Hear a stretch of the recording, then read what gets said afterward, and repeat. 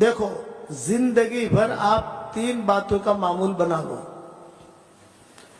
میری اس بتائی ہوئی بات پر اگر آپ نے عمل کر لیا تو آپ کی قیامت تک. السلام علیکم ورحمۃ اللہ وبرکاتہ. جی ناظرین، امید ہے کہ سب خیریت سے ہوں گے. مولانا یونس پالم فوری کے بیان کو سماعت فرمائیں.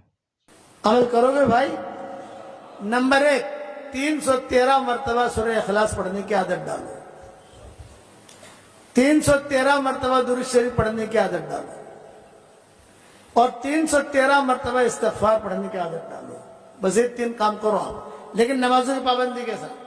انشاءاللہ اتنی خیریں تم دیکھو گے، اتنی خیریں دیکھو گے، اتنی خیریں دیکھو گے، اتنی دعائیں قبول ہوں گی، اتنا مال اللہ دے گا. فرشتے جو ہے نا پیٹیاں بھر بھر کے پیسے پہنچائیں گے تم کو.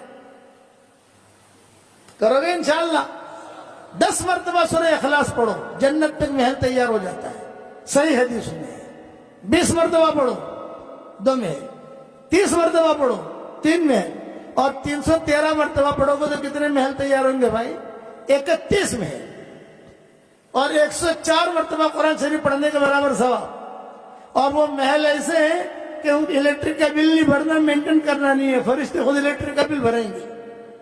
وہاں الیکٹرک کی ضرورت ہی نہیں ہے، فرشتے سنبھالیں گے. کرو گے انشاءاللہ. میرے والد صاحب رحمۃ اللہ علیہ ایک بات فرماتے تھے، بیٹا یونس راتی ہونگ نہ آوے نا اپنوں نے تو 5-6 محل بڑے نہ خوانا.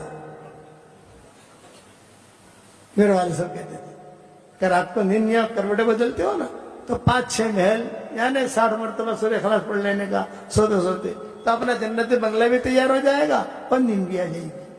ابا فرماتے تھے کہ میں بیان کے لیے مرکز میں سے جب بھی یہ نکلتا تو ظاہری بات ہے کہ 5 منٹ پیدل چلتے